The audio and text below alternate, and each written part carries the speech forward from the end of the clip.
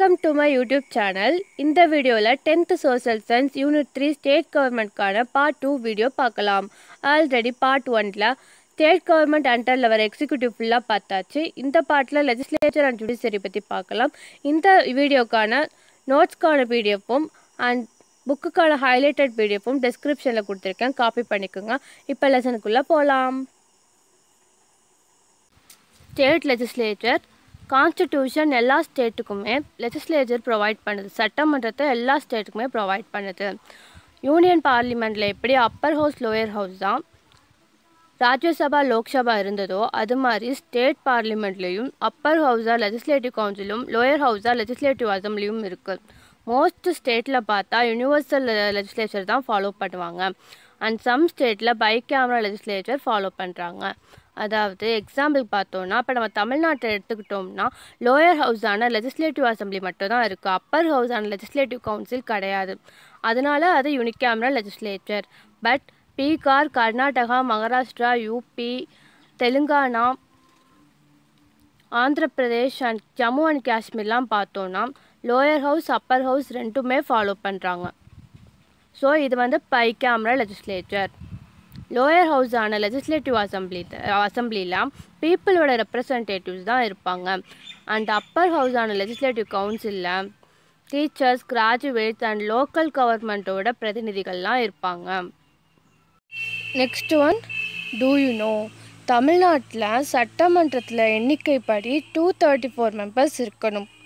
And அந்த 234 மெம்பர்ஸில் 15% ministers இருக்கணும். அதாவது எண்ணிக்கைப்படி 36 அமைச்சர்கள் இருக்கணும். Next one, legislative assembly. Legislative assembly அப்படின்னா சட்டமன்றம். ஸ்டேட் லெஜிஸ்லேச்சரோட லோயர் ஹவுஸ் லெஜிஸ்லேட்டிவ் அசம்பிளி தான். லோயர் ஹவுஸாக இருந்தாலும் இது ரொம்பவே பாப்புலரான ஹவுஸ். அண்ட் ஸ்டேட்டோட பவரை உண்மையாக காமிக்கிறதுக்கான சென்டராக லெஜிஸ்லேட்டிவ் அசம்பிளி தான் இருக்குது. இந்த லெஜிஸ்லேட்டிவ் அசம்பிளியோட மெம்பர்ஸ் அதாவது எம்எல்ஏவை நம்ம மக்கள் தான் டைரெக்டாக எலெக்ட் பண்ணுறோம். இந்த மெம்பரோட எண்ணிக்கை பாப்புலேஷனுக்கு ஏற்றபடி ஸ்டேட்டுக்கு ஸ்டேட் வேரி ஆகும். அண்ட் இந்த மெம்பர்ஸோட எண்ணிக்கை 500க்கு மேலேயும் போகக்கூடாது அண்ட் 60க்கு கீழேயும் குறையக்கூடாது. இந்த ஆஃபீஸோட டேர்ம் பதவிக்காலம் 5 years. இந்த பதவிக்காலம் முடிகிறதுக்கு முன்னாடியே இந்த ஆஃபீஸை டிசால்வ் பண்ண முடியும், அதாவது கலைக்க முடியும். அண்ட் தென் லோயர் ஹவுஸான லெஜிஸ்லேட்டிவ் கவுன்சிலில் அப்பர் ஹவுஸான லெஜிஸ்லேட்டிவ் அசம்பிளியில் இருக்க 1/3 மெம்பர்ஸ்க்கு மேலே இருக்கக்கூடாது. அதுக்குன்னு 40க்கு கீழேயும் மெம்பர்ஸ் இருக்கக்கூடாது. அண்ட் இந்த கண்டிஷன் ஜம்மு அண்ட் காஷ்மீருக்கு கிடையாது. பிகாஸ் பார்லிமெண்ட் சட்டப்படி இப்போ ஜம்மு அண்ட் காஷ்மீரில் 36 மெம்பர்ஸ் இருக்காங்க. அவ்வப்போது லெஜிஸ்லேச்சரில் பாஸ் பண்ணுற லா படி மெம்பர்ஸ்க்கு சேலரி அண்ட் அலோவன்சஸ் சம்பளமும் படிக்காசுகளும் கிடைக்கும். அண்ட் தென் தமிழ்நாட்டில் உள்ள சட்டமன்றத்தில் மொத்தம் 235 மெம்பர்ஸ் இருக்காங்க. அதில் 234 மெம்பர்ஸ் அடல்ட் ஃப்ரான்ச்சைஸ் படி வயது வந்தோர் வாக்குரிமைப்படி நம்ம பீப்புள் தான் டைரெக்டாக எலெக்ட் பண்ணுறோம். அண்ட் 1 மெம்பரை நம்ம கவர்னர் ஆங்கிலோ இந்தியன் கம்யூனிட்டிலேருந்து நாமினேட் பண்ணுறாரு. And also SC and ST கேஸ்ட்டை சேர்ந்தவங்களுக்கு இந்த ஹவுஸில் சீட்ஸை ஒதுக்கி வைக்கிறாங்க. Next one, cabinet and cabinet committees. அமைச்சரவையில் ரேங்க் வைஸ் ஒரு 3 கேட்டகரிஸ் பிரிச்சிருப்பாங்க. அதில் மெயின் தீமாக ஒரு ஸ்மால் பாடியாக இருக்கிறது தான் கேபினெட். கேபினெட்டில் உள்ள மினிஸ்டர்ஸ் தான் கேபினெட் மினிஸ்டர்ஸ். ஸ்டேட் கவர்மெண்ட்டோட உண்மையான அத்தாரிட்டியை கேபினெட் மினிஸ்டர்ஸ்க்கு வழங்கியிருக்காங்க. பல்வேறு கமிட்டிஸ் மூலமாக ஒர்க் பண்ணுற கேபினெட் தான் கேபினெட் கமிட்டிஸ். இதில் 2 டைப்ஸ். ஒன்று பர்மனெண்ட்டாக செயல்படும் அண்ட் அனதர் ஒன் டெம்பரரியாக செயல்படும். Next one, speaker. ஸ்பீக்கர் அப்படின்னா சபாநாயகர். லெஜிஸ்லேட்டிவ் அசம்பிளியில் உள்ள மெம்பர்ஸ் அவங்களுக்குள்ளே ஸ்பீக்கர் அண்ட் வைஸ் ஸ்பீக்கரை எலெக்ட் பண்ணுவாங்க. சபாநாயகர் அண்ட் துணை சபாநாயகரை சட்டமன்றத்தில் உள்ள உறுப்பினர்களே அவங்களுக்குள்ளே எலெக்ட் பண்ணிக்குவாங்க. இன்கேஸ் ஸ்பீக்கர் அவர் பதவியை வெக்கேட் பண்ணார் அப்படின்னா லெஜிஸ்லேட்டிவ் அசம்பிளிலையும் உறுப்பினராக கண்டினியூ பண்ண முடியாது. ஸ்பீக்கர் அவரோட ரிசிக்னேஷனை எந்த டைம் வேணாலும் பண்ணலாம். இன்கேஸ் அசம்பிளியில் அவரை ரிமூவ் பண்ணணும் அப்படிங்கிற தீர்மானம் கொண்டு வந்தாங்க அப்படின்னா 14 டேஸ்க்கு முன்னாடியே ஸ்பீக்கருக்கு நோட்டீஸ் விட்டுறணும். லெஜிஸ்லேட்டிவ் அசம்பிளியில் ப்ரெசென்ட் பண்ணியிருக்க மெம்பர்ஸ் மெஜாரிட்டியாக இருந்தால் மட்டும்தான், அவங்களோட ஓட் மெஜாரிட்டியாக இருந்தால் மட்டும்தான் அவங்க எடுத்திருக்க தீர்மானத்தை பாஸ் பண்ண முடியும். இன்கேஸ் அசம்பிளி கலைக்கப்பட்டால் ஸ்பீக்கர் அவரோட பதவியை வெக்கேட் பண்ணணும்னு தேவையில்லை. நியூ அசம்பிளியோட ஃபஸ்ட்டு சிட்டிங் நடக்கிற வரையுமே அவரோட பதவியை கண்டினியூ பண்ணலாம். இன்கேஸ் ஸ்பீக்கரோட பதவி வேக்கண்ட்டாக இருந்தால் அவரோட கடமைகள் எல்லாமே ஒய் ஸ்பீக்கர் பண்ணுவார். Next second one legislative council. Legislative கவுன்சில்னா ஸ்டேட் லெஜிஸ்லேச்சரோட அப்பர் ஹவுஸ் தான் லெஜிஸ்லேட்டிவ் கவுன்சில் அண்ட் இது வந்து பர்மனண்ட் ஆனது. ஆர்டிக்கல் 171 படி அப்பர் ஹவுஸ் ஆன லெஜிஸ்லேட்டிவ் கவுன்சிலில் லோயர் ஹவுஸ் ஆன லெஜிஸ்லேட்டிவ் அசம்பிளியில் இருக்க மெம்பர்ஸில் 1/3 பகுதி மெம்பர்ஸ்க்கு மேலே இருக்கக்கூடாது அண்ட் அவங்க 40 மெம்பர்ஸ்க்கு கீழேயும் இருக்கக்கூடாது. அண்ட் லெஜிஸ்லேட்டிவ் கவுன்சிலுக்கு இன்னொரு நேம் விதன் பாரிஷட்ஸ். இது போலவே லெஜிஸ்லேட்டிவ் அசம்பிளியை விதன் சபான்னு சொல்லுவாங்க. அண்ட் 6 ஸ்டேட்ஸில் லெஜிஸ்லேட்டிவ் கவுன்சில் இருக்குது. அது என்னென்னா பீகார், கர்நாடகா, மகாராஷ்டிரா, உத்தரப்பிரதேஷ், ஆந்திர பிரதேஷ், தெலுங்கானா. ஜம்மு அண்ட் காஷ்மீரில் 2019க்கு முன்னாடி வரையும் லெஜிஸ்லேட்டிவ் கவுன்சில் இருந்துச்சு. 2019ல் அபாலிஷ் பண்ணிட்டாங்க. ஸோ இப்போ ஜம்மு அண்ட் காஷ்மீரில் லெஜிஸ்லேட்டிவ் கவுன்சில் கிடையாது. அண்ட் இங்கே உள்ள மெம்பர்ஸை இன்டைரக்டாக எலெக்ட் பண்ணுவோம். அண்ட் இது பர்மனண்ட்டான ஹவுஸ் தான். லெஜிஸ்லேட்டிவ் கவுன்சிலோட மெம்பர்ஸோட பதவிக்காலம் 6 இயர்ஸ் அண்ட் ஒவ்வொரு 2 இயர்ஸ்க்கும் அங்கே உள்ள மெம்பர்ஸ் 3/4 மெம்பர்ஸை எக்ஸ்பயர் ஆயிடுவாங்க. அண்ட் நெக்ஸ்ட் ஒன் அவங்களோட குவாலிஃபிகேஷன் பார்ப்போம். First one legislative council member இந்தியாவோட சிட்டிசனாக இருக்கணும். அண்ட் செகண்ட் ஒன் 30 இயர்ஸ்க்கு கம்மியாக இருக்கக்கூடாது. அண்ட் தேர்ட் ஒன் மென்டலி ஸ்ட்ராங்காக இருக்கணும். அண்ட் எந்த பேங்க்லேயும் கடனும் இருக்கக்கூடாது. ஃபோர்த்து ஒன் வாக்காளர் பட்டியல் ஓட்டர் லிஸ்ட்டில் மெம்பராக இருக்கவங்க நேம் கண்டிப்பாக இருக்கணும். And next do you know பார்ப்போம். 1986க்கு முன்னாடி வரையுமே அப்பர் ஹவுஸ் லோயர் ஹவுஸ் ரெண்டுமே தான் இருந்திருக்கு. 1986ல் கொண்டு வந்த தமிழ்நாடு லெஜிஸ்லேட்டிவ் அபாலிஷன் சட்டத்தை பொறுத்து தமிழ்நாட்டில் அபாலிஷ் பண்ணிட்டாங்க. ஆக்சுவலாக அது நடைமுறைக்கு வந்தது எப்போனா 1 November 1986. And next legislative council மெம்பர்ஸை எப்படி எலெக்ட் பண்ணுவாங்கன்னு பார்ப்போம். ஃபர்ஸ்ட் வந்து லோக்கல் பாடிஸ் தான், உள்ளாட்சி அமைப்புகளில் உள்ளவங்க தான் 1/3 மெம்பர்ஸை எலெக்ட் பண்ணுவாங்க. அண்ட் பட்டதாரிகள் 1/12 மெம்பர்ஸை எலெக்ட் பண்ணுவாங்க. அண்ட் டீச்சர்ஸ் வந்து 1/12 மெம்பர்ஸையும் எலெக்ட் பண்ணுவாங்க. லெஜிஸ்லேட்டிவ் அசம்பிளி அப்பர் ஹவுஸில் உள்ள members legislative council members 1/3 members elect பண்ணுவாங்க. அண்ட் கவர்னர் 1/6 மெம்பர்ஸ் எலெக்ட் பண்ணுவார். அந்த கவர்னர் நாமினேட் பண்ணுற அந்த மெம்பர்ஸ்லாம் லிட்ரரி எக்ஸலன்ஸாக இருக்கணும், அதாவது படிப்பறிவாக இருக்கணும். அண்ட் சோசியல் சர்வீஸ் இதெல்லாம் அவங்க வந்து எக்ஸ்பீரியன்ஸாக இருக்கணும். Next one chairman.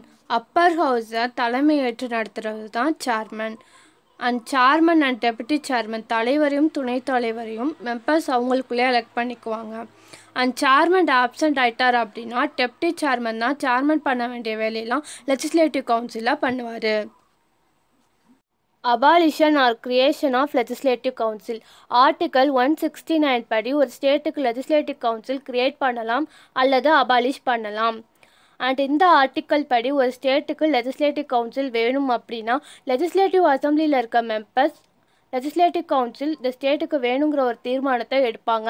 அண்ட் அந்த தீர்மானத்தை அங்கே உள்ள மெம்பர்ஸ் 2/3 மெம்பர்ஸ் ஓட் பண்ணி மெஜாரிட்டியாக சப்போர்ட் பண்ணணும். அப்படி சப்போர்ட் பண்ண தீர்மானத்தை பார்லிமெண்ட் கிட்ட ரெக்வஸ்ட் கொடுப்பாங்க. அண்ட் தென் பார்லிமெண்ட் அந்த லாவை ப்ரொவைட் பண்ணுவாங்க, அதாவது லெஜிஸ்லேட்டிவ் கவுன்சில் கிரியேட் பண்ணுவாங்க இல்லைனா அபாலிஷ் பண்ணுவாங்க. Next one function of state legislature. State லெஜிஸ்லேச்சரோட பவர்ஸ் அண்ட் ஃபங்க்ஷன்ஸ் ஏறக்குறைய பார்லிமெண்ட்க்கு இருக்கிற ப்ரொசீஜர் மாதிரி தான் சேமாக இருக்கும். அண்ட் அது ஒரு 4 டிவிஷனில் வரும். First one legislative powers.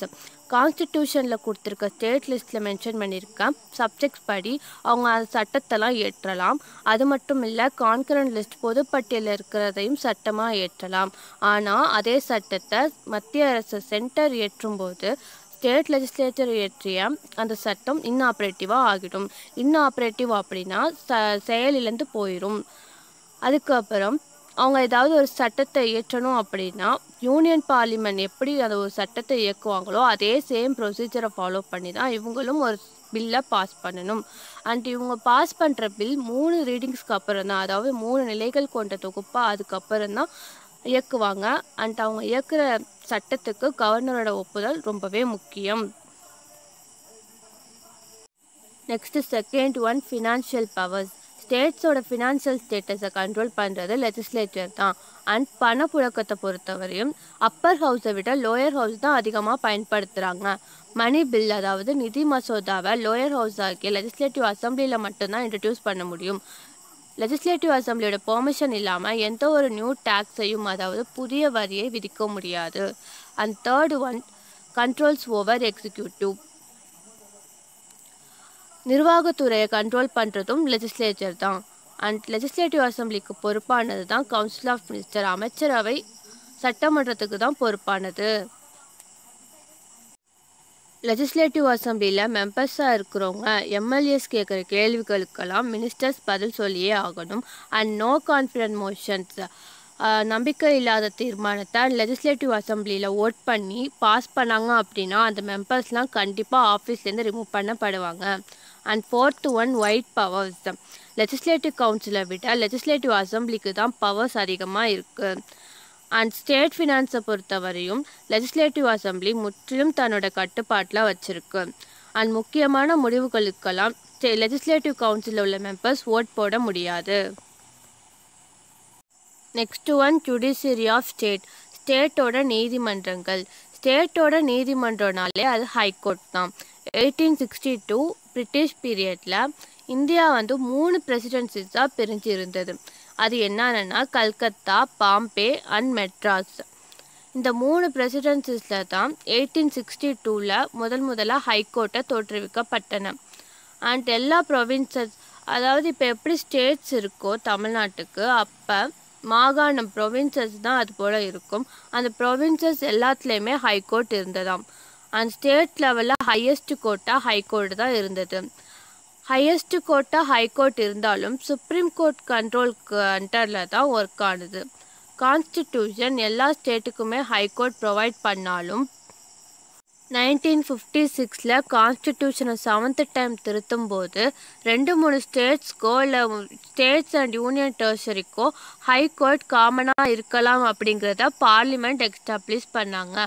And அதன்படி பஞ்சாப், ஹரியானா, உத்தரப்பிரதேஷ், சண்டிகர் இந்த 4 ஸ்டேட்ஸ்க்கும் காமனாக சண்டிகரில் ஹைகோர்ட் இருந்தது. அண்ட் அது போலவே நார்த் சவுத்தர்னில் இருக்க அஸ்ஸாம், நாகாலாந்து, மணிப்பூர், மேகாலயா, மிசோரம், திரிபுரா அண்ட் அருணாச்சல் பிரதேஷ் ஆகிய 7 ஸ்டேட்டுக்குமே கவுகாதிங்கிற ஊரில் காமன் ஹைகோர்ட் இருக்குது. அண்ட் டெல்லி ஒரு ஸ்டேட்டாக இல்லாத போதும் இதுக்கு செப்பரேட்டான ஹைகோர்ட் இருக்குது. ஒவ்வொரு ஹைகோர்ட்டுக்கும் chief justice and number of judges இருப்பாங்க. ஜட்ஜஸோட எண்ணிக்கை ஸ்டேட்டுக்கு ஸ்டேட் வேரி ஆகும். அண்ட் இவங்க எல்லாருமே பிரசிடென்ட் தான் தீர்மானிப்பார். அண்ட் ஸ்டேட் லெவலில் மொத்தம் 25 ஹைகோர்ட்ஸ் இருக்குது. Next do you know 1862 26th June அன்னைக்கு குயின் விக்டோரியா காப்புரிமை கடிதம் கொடுத்ததன் மூலமாக தான் 3 பிரசிடென்சிஸ் டவுன்ஸ் ஆகிய பாம்பே, கல்கத்தா, மெட்ராஸ் 3 பிளேஸ்லையுமே ஹைகோர்ட்டை எஸ்டாப்ளிஷ் பண்ணாங்க. அண்ட் தென் ஜுடிஷியல் காம்ப்ளெக்ஸ் நீதித்துறை வளாகம் ரொம்ப பெருசாக லண்டனுக்கு அப்புறம் செகண்டாக சென்னை ஹைகோர்ட்டில் தான் இருக்குது. Next one appointment of judges. Article 216 படி ஜட்ஜஸ் எல்லாருமே பிரசிடென்ட் தான் அப்பாயின்மெண்ட் பண்ணுறாரு. Next one jurisdiction and powers of high court. Jurisdiction அப்படின்னா நீதி வரையறை. அதில் first one original jurisdiction. Original jurisdiction அப்படின்னா தனக்கே உரிய நீதி வரையறை. ஒரிஜினல் ஜெரிஸ்டிக்ஷன் மட்டும் இல்லாமல் அப்பலட் ஜெரிஸ்டிக்ஷனையும் விசாரிக்கிற பவர்ஸ் பிரசிடென்சி டவுன்ஸில் இருக்க ஹைகோர்ட்டுக்கு இருக்குது. வைல் மற்ற ஹைகோர்ட்ஸ் எல்லாத்துக்குமே அப்பலட் ஜெரிஸ்டிக்ஷனை மட்டும்தான் விசாரிக்கிறதுக்கான அதிகாரம் இருக்குது. அப்பலட் ஜெரிஸ்டிக்ஷன் அப்படின்னா மேல்முறையீட்டு கேசஸ். ஒரிஜினல் ஜெரிஸ்டிக்ஷன் அப்படின்னா அட்மிரால்ட்டி, ப்ராபேட், மேட்ரிமோனியல் அண்ட் கண்டம் சம்மந்தமான கேசஸ்லாம் விசாரிக்கிறது தான் ஒரிஜினல் ஜெரிஸ்டிக்ஷன்ஸ். பிரசிடென்சியில் இருக்க ஹைகோர்ட் எல்லாமே தன்னோட எல்லைக்கு உட்பட்ட ஏரியாஸில் நடக்கிற கிரிமினல் கேசஸ் 2000க்கு மேலே ஃபைன் போடுற கிரிமினல் கேசஸ் எல்லாம் விசாரிக்கும். Second one appellate jurisdictions. High court தனக்கு வர கேசஸையும் சபார்டினேட் கோர்ட் மூலமாக வர சிவில் அண்ட் கிரிமினல் கேசஸையும் விசாரிக்குது. அண்ட் ஆர்ம்டு ஃபோர்ஸஸ் நம்ம கண்ட்ரியோட ஆர்ம்டு ஃபோர்ஸஸ் சம்மந்தமாக எந்த ஒரு தீர்ப்பையும் ஹைகோர்ட் எடுக்கக்கூடாது. Third one, writ jurisdiction, that means பேராணை அதிகாரங்கள். ஆர்டிகல் 226 படி ஹைகோர்ட்டுக்கு ரிட்ஸை இஷ்யூ பண்ணுறதுக்கான பவர்ஸ் இருக்குது. ரிட்ஸ் அப்படின்னா ஆணை. ஆர்டிகல் 32 படி சுப்ரீம் கோர்ட்டுக்கு ரிட்ஸை இஷ்யூ பண்ணுற அதே அதிகாரம் ஹைகோர்ட்டுக்கும் இருக்குது. சுப்ரீம் கோர்ட்டுக்கு ஃபண்டமெண்டல் ரைட்ஸ் கேசஸ் மீறினா மட்டும்தான் இந்த அதிகாரத்தை பயன்படுத்த முடியும். பட் ஹைகோர்ட்டுக்கு எல்லா அதிகாரத்துக்குமே யூஸ் பண்ண முடியும். அண்ட் ரிட்ஸ் 5 டைப்ஸ் உள்ளது. அது என்னன்னா habeas corpus, மண்டாமஸ், prohibition, Guo warranto, சர்டியோரரி. இந்த 5 பற்றியும் ப்ரீஃபாக யூனிட் 1 வீடியோவில் பார்த்துட்டோம். அந்த வீடியோக்கான லிங்க் டைமிங்கோடு சேர்த்து டிஸ்கிரிப்ஷனில் கொடுத்துட்றேன், பார்த்துக்கோங்க. ஃபோர்த் ஒன், சூப்பர்விசரி ஜுரிஸ்டிக்ஷன், மேல்முறையீடு அதிகாரம். மிலிட்ரி கோர்ட்டை தவிர ட்ரிபியூனல் ஃபங்க்ஷனிங்ஸ் தீர்ப்பாயம் பணிகளை மேல்பார்வையிடுற அதிகாரம் ஹைகோர்ட்டுக்கு இருக்குது. அண்ட் ஃபாலோவிங்கில் வர 4 பாயிண்ட்ஸும் ஹைகோர்ட்டுக்கான மேல்பார்வை அதிகாரங்கள். அதில் ஃபஸ்ட்டு பாயிண்ட், இந்த 4 பாயிண்ட்ஸ்லேயும் டெம்முங்கிறது சபார்டினேட் கோர்ட்டை மென்ஷன் பண்ணும். சபார்டினேட் கோர்ட்டுக்கு கொடுக்கப்பட்ட அதிகாரங்களை ரிட்டர்ன் பண்ணுற அதிகாரம் ஹைகோர்ட்டுக்கு இருக்குது. அண்ட் செகண்ட் பாயிண்ட், அவங்கள பயிற்சி மற்றும் நடவடிக்கைகளை ஒழுங்குபடுத்துறதுக்காக இவங்க சம் ரூல்ஸை இஷ்யூ பண்ணலாம். அண்ட் தேர்ட் பாயிண்ட், சபார்டினேட் கோர்ட்டில் இருக்க புக்ஸ், என்ட்ரிஸ், அக்கௌண்ட்ஸை ஹைகோர்ட் பரிந்துரைக்கப்பட்ட முறையில் பராமரிக்கணும். And last one, sheriff, clerk officer, legal practitioners இவங்களுக்கான ஃபீஸை செட்டில் பண்ணுறதுக்கு தீர்மானிக்கலாம். இந்த 4 பாயிண்ட்ஸுமே ஹைகோர்ட்டோட சூப்பர்வைஸ் பவர் கண்டரில் வரும். Control over subordinate courts. Subordinate கோர்ட்ஸை நிர்வாக முறையில் கண்ட்ரோல் பண்ணுறதுக்கான பவர் ஹைகோர்ட்டுக்கு இருக்குது. அதில் ஃபர்ஸ்ட் பாயிண்ட், டிஸ்ட்ரிக்ட் ஜட்ஜஸை அப்பாயிண்ட் பண்ணுறது, அவங்களுக்கு போஸ்ட் வழங்குறது அண்ட் அவங்க ப்ரமோஷன் சர்வீஸை பற்றி கவர்னர்கிட்ட கன்சல்ட் பண்ணிவிட்டு ஹைகோர்ட் முடிவு பண்ணுவாங்க. அண்ட் ஜுடிஷியல் சர்வீஸில் இருக்க மெம்பர்ஸோட போஸ்டிங், ப்ரமோஷன்ஸ், லீவ் ட்ரான்ஸ்ஃபர் பற்றியும் இவங்க தான் முடிவு பண்ணுவாங்க. அண்ட் தேர்ட் பாயிண்ட், சபார்டினேட் கோர்ட்டில் ஏதாவது கேஸ் பெண்டிங்கில் இருந்தால் குறுக்கு விசாரணை பண்ணி ஹைகோர்ட் அதை தீர்த்து வைப்பாங்க. இல்லை அப்படின்னா ஜட்ஜ்மெண்ட்டோட ரிட்டர்ன் பண்ணிடலாம். சபார்டினேட் கோர்ட்டுக்கே தீர்ப்போட்ட ரிட்டர்ன் பண்ணிடுவாங்க. And last one, supreme court எப்படி ஹைகோர்ட்டில் கேசஸ் ஏதாவது பெண்டிங்கில் இருந்தால் தீர்ப்பு வழங்குமோ அதுபோல் சபார்டினேட் கோர்ட்டில் ஏதாவது கேசஸ் பெண்டிங்கில் இருந்தால் ஹைகோர்ட் தீர்ப்பு வழங்கி முடித்து வைக்கும். Next court of record. High court எடுக்கிற எல்லா டெசிஷன்ஸையுமே பிரிண்ட் பண்ணி ஒரு ரெக்கார்டாக கெப்ட் பண்ணுறாங்க. Next, power of judicial review. Judicial review அப்படின்னா state government and central government ரெண்டுமே கான்ஸ்டிடியூஷனை ஃபேவராக யூஸ் பண்ணுறாங்களா இல்லை முரண்பாடாக யூஸ் பண்ணுறாங்களா அப்படிங்கிறத அனலைஸ் பண்ணுறது தான் ஜுடிஷியல் ரிவ்யூ. அண்ட் இதுக்கான பவர் ஹைகோர்ட்டுக்கு இருக்குது. இந்த வேர்ட் கான்ஸ்டிடியூஷனில் மென்ஷன் பண்ணாட்டியும் ஆர்டிகல் 226 அண்ட் 227 டைரெக்டாகவே சொல்லியிருக்காங்க. 42nd அமெண்ட்மெண்ட் ஆக்ட் 1976 1976 42வது தடவை திருத்தும் போது இந்த ஜுடிஷியல் ரிவ்யூ பவரை கேன்சல் பண்ணிட்டாங்க. அண்ட் 1977 43rd அமெண்ட்மெண்ட் ஆக்டில் திரும்ப ரீஸ்டோர் பண்ணிட்டாங்க. அண்ட் இதோட இந்த லெசன் கம்ப்ளீட் ஆகுது. இந்த வீடியோவோட சேர்த்து 10th சோஷியல் சயின்ஸ் வால்யூம் 1ல் இருக்க 3 யூனிட்டுமே கம்ப்ளீட் ஆயிடுச்சு. இந்த 3 யூனிட்டுமே ரொம்ப இம்பார்ட்டன்ட். ஈச் அண்ட் எவ்ரி லைனும் ரொம்ப இம்பார்ட்டன்ட். கண்டிப்பாக படிங்க. தேங்க்யூ.